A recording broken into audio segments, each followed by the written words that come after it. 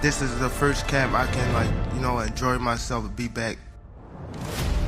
My headspace that I'm in. Jake Paul versus Gervonta Davis is a matchup no one expected. The stars from different worlds are stepping into the same ring. Both are hungry to prove they are the best. It's night and day, right? You have to understand, I went from doing YouTube and Disney Channel to 5 years, you know, once to twice a day, 6 to 7 days a week, training, recovery, taking it more serious than ever.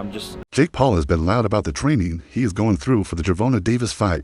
He claims he's bringing serious talent into the camp. He proudly mentions that he has dropped people during sparring. He even says Shocker is joining him this week to help him prepare for the Tank showdown. Jake also admits something rarely seen from him. He says Tank is dangerous. People always judge Tank for being a smaller fighter. They point fingers and say he is too tiny to hang with someone like Jake. Jake disagrees with that noise. He openly says Tank's power is real in both hands. He knows Tank hits like a wild truck even at that short height. Jake saying he is scared to step inside that ring is a major statement. It shows how much he respects Tank's knockout power and skill. That fear proves this fight is not a joke. Going into a fight that I've actually ever been, because I know how good these people are that I'm sparring, and being able to see how good they are and knowing how good Tank is, it's actually going to be my toughest test to date. Yeah, I think, Jake, you could make the argument, right? Pound for pound wise, this guy's the most ferocious dude in the whole sport, couldn't you? For sure. I think he has probably one of the highest knockout percentages. Yeah, 90-something%, right? Exactly. And just his speed, his elusiveness, his ring IQ, his conditioning. You know, he's gone 12 rounds so many different times, something that I've never even done. So he's going to be sharp all the way through. I mean, the list goes on. And so just actually being vulnerable for a second, it's like, this is crazy. This is scary. It's kind of keeping me up at night. Jake, how do you prepare for, like you said, a guy who is shorter than you? How do you find a sparring opponent to replicate something that obviously, you know, there's nobody else out there that's Tank Davis? How do you prepare for a guy that's different stature-wise? Yeah, no, we have world champions. Raymond Ford in the 130-pound weight class. We got Montana Lovin. Shakur Stevenson is coming in this week. So Just sparring against guys on their level and people who have, you know, been doing this their whole entire lives. But we're really focusing on speed and not as much on power. I'm not doing as much like weightlifting and all of that stuff. I'm actually trying to like lose some muscle so that I have less weight and so that my punches are coming off faster. Many fans do not know the truth of Tank's journey. From the start of his career, he has sparred with heavyweights, not regular heavyweights either. These were skilled ones. They knew how to handle themselves in the ring. Showbiz, the adult analyst, revealed that Tank not only survived in those sessions, he dominated. He punished those bigger men. If someone like Tank can handle huge fighters in the gym, then a cruiserweight like Jake Paul is not going to shock him. Jake may be bigger, but Tank has already dealt with bigger challenges before. Those sparring stories show Tank is no stranger to a large mountain standing in front of him. The analysts continue by saying those heavyweight sparring partners Tank faced were more technical and experienced than Jake. Jake Paul has improved a lot. He has come from influencer stardom into real boxing. However, he is still learning. He is still developing fundamentals. Tank has been battling high-level talent since his teenage years. If he survived and dominated fighters way heavier and way more skilled than Jake, then Jake's size advantage may not be enough. The powerful storyteller Showbiz made one thing clear. Tank facing Jake is not a mismatch for Tank. It may even had been throwing fits a few weeks ago when Gervonta had announced that he would be fighting Jake Paul in, I believe it's coming up in just about a month, or a little bit less than a month, and that he would not be, at least immediately, he would not be rematching Lamont Roach. So people went all up in arms. Shout out to my guy, Big Dog Willie, who even right now is claiming that Gervonta Davis is going to go try to fight in WWE or something like that when he gets done with Jake Paul. But the truth of the matter is that Gervonta Davis is coming back to boxing. He's always said that he's coming back to boxing. He said he's going to run off, get this bag real quick, and he'll be right back. Well, as you see, the 135-pound WBA, the WBA, where he holds his 135-pound championship, has not stripped him. They said that they were going to look into it if he had not rematched Lamont Roach, but nothing ever really came of that. So as of right now, he still has his 135-pound title, but I'm telling you, the way that things are panning out, I don't think he's going to go back down to the 135-pound division. I think he's going to go to the 140-pound division, where really and truly all the smoke is there. Add to it the fact that when he fights Jake Paul, he's going to be fighting Jake Paul at a higher weight than he would necessarily be fighting guys at 135 pounds. You're probably not going to see him drain down for the fight. I don't think he's going to bulk up at all, but usually when guys play with their weight and they go up and allow themselves to fight at a higher weight or fight people at a higher weight classes, Tank has decided on his future. He is not returning to 135 pounds. Too many cuts, too much drain. He wants to stay fresh. He wants to stay in a division where his strength is at 100%. The move to 140 pounds shows growth in his mindset. He is preparing for bigger names and bigger challenges that includes the Jake Paul fight. Once the showdown ends, Tank plans to continue as a full super lightweight. He thinks he will deliver stronger performances there. He wants to dominate this weight class after proving himself once again on a huge stage. By staying in this weight class, Tank is giving himself a wider world of possibilities. Fans might say the new weight puts him at a disadvantage against Jake, because Jake is naturally heavier. Tank sees the opposite. He thinks this is where his body is happiest. His stamina becomes better. His knockout pop becomes even more devastating. When he fought at 135, he would still deliver spectacular knockouts. Now he wants show-stopping power. The new division might make Tank even scarier than he already is. Jake Paul might feel the very first example of this new and improved Tank. Or had been throwing fits a few weeks ago when Gervonta had announced that he would be fighting Jake Paul in, I believe it's coming up in just about a month, or a little bit less than a month, and that he would not be, at least immediately, he would not be rematching Lamont Roach. So people went all up in arms. Shout out to my guy Big Dog Willie, who even right now is claiming that Gervonta Davis is going to go try to fight in WWE or something like that when he gets done with Jake Paul.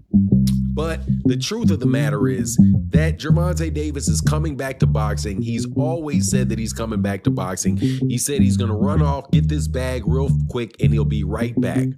Well, as you see, the 135-pound WBA, the WBA, where he holds his 135-pound championship, has not stripped him. They said that they were going to look into it if he had not rematched Lamont Roach, but nothing ever really came of that.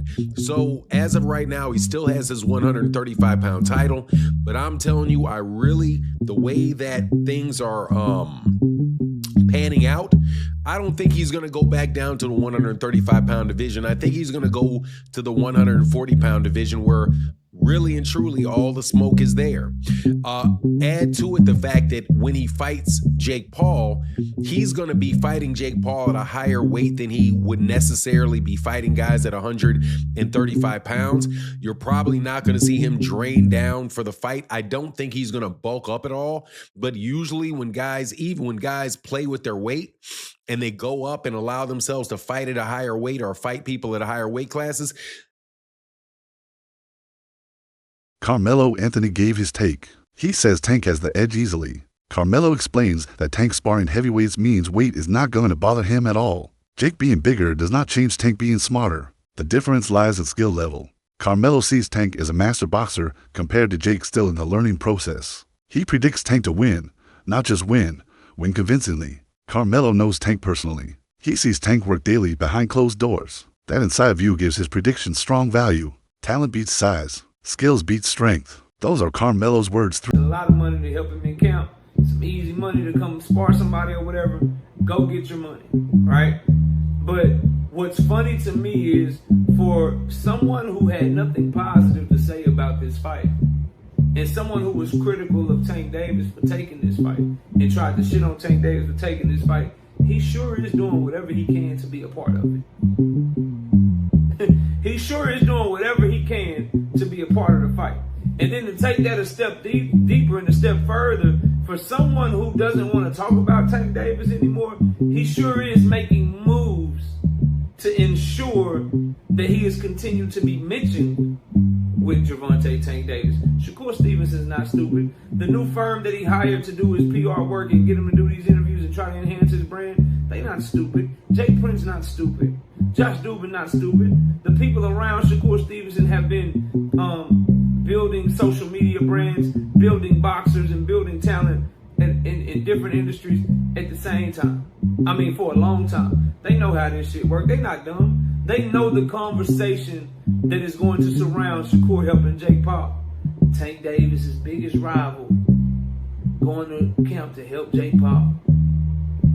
If Jake Paul has any kind of success in the fight, Jake Paul was successful because Shakur Stevenson is on a different level and he helped prepare Jake Paul for the fight with Tank. That's why Jake Paul did so good. They know this, bro.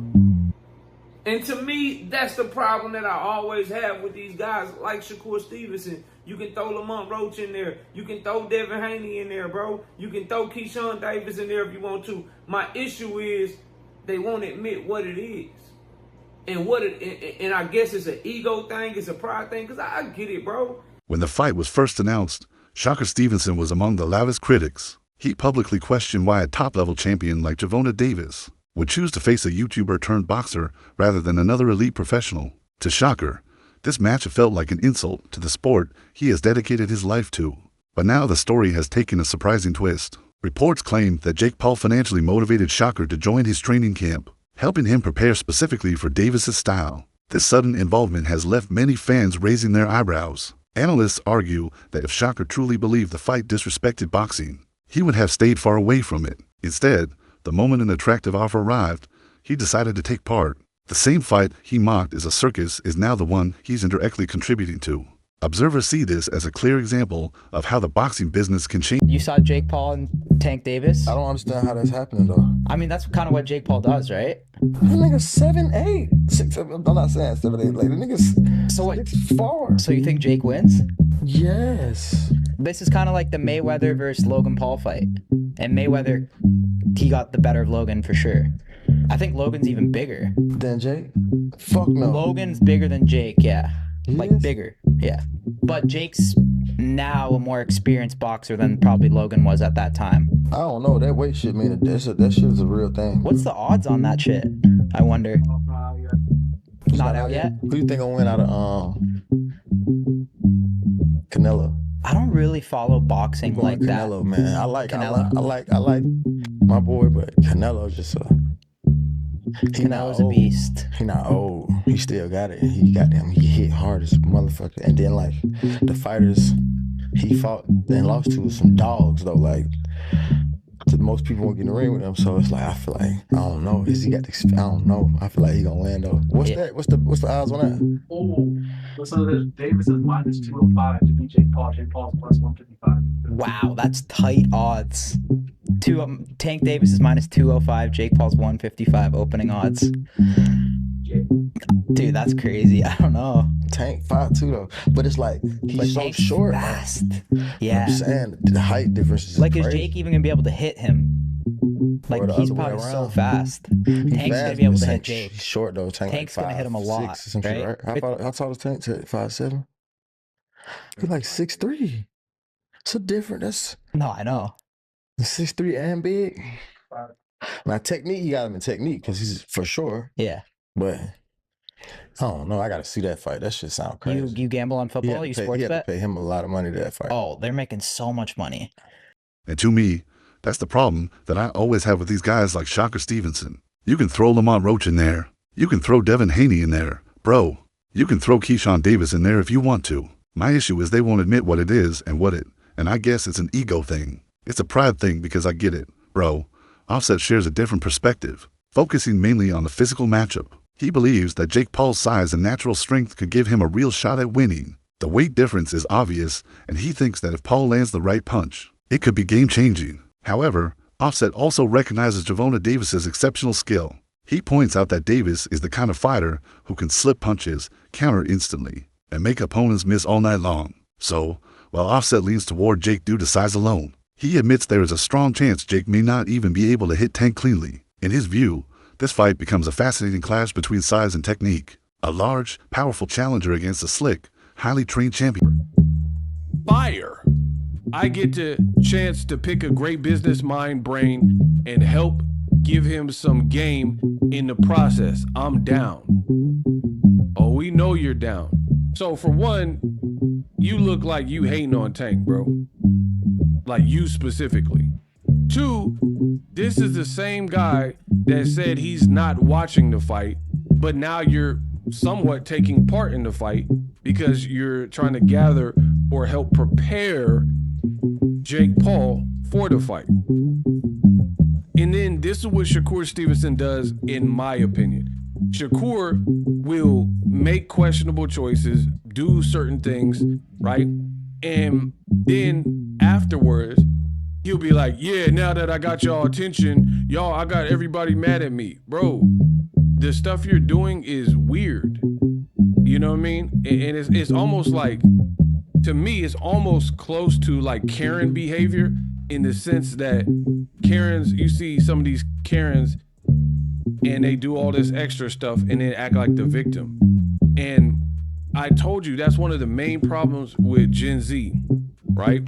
Where Gen Z, they will do just weird things, make weird choices, make weird decisions, and then they'll act like, man, I'm Tupac, me against the world, everybody's against me. Everybody's not against you. You're just doing weird things. You're making weird decisions. It's weird behavior, so on and so forth. So let's ultimately recap. We got to do the Boxing Ego recap to see what's really going on here. Some analysts have noticed that many fighters who criticize Davis aren't doing it out of concern for boxing. It's rooted in envy. They argue that Davis has been targeted with jealousy since the beginning of his career. Now that he's positioned to make an enormous amount of money in a single night, the bitterness has intensified. The analysts believe these critics would gladly take the same opportunity if it were offered to them, instead of congratulating Davis for securing a massive payday. They continue to attack his decisions. According to these experts, most of the negativity surrounding Tank comes from those who wish they were in his position. It says 150 to 200 mil. That'd be the most any athlete's ever made in one event, in one night. Where are they getting that money? I mean, it's Netflix. Okay. Mike Tyson didn't make that. Jake Paul didn't make that. Yeah. 20 million, I would believe, not 200 million. 20 million seems realistic. That's a lot. Even because Netflix is bigger, but there's no pay-per-view model. So, and Gervonta is a big pay-per-view draw, especially for being a lighter weight class. Yeah. So 20 to even 40 I can get. Oof, that's a lot. 40 I can understand. When push comes to shove, though, like 20. Like Canelo's getting 40. Yeah. But Gervonta Davis, he was, especially on Showtime, he's a big pay-per-view star. Yeah. He's a knockout artist. 200 mil is just completely false. Man, I mean, swipe. What it says? Swipe to read more. What else does it say? No, there's nothing there. That was probably from the original. God, Jake is so much bigger. Yeah, man.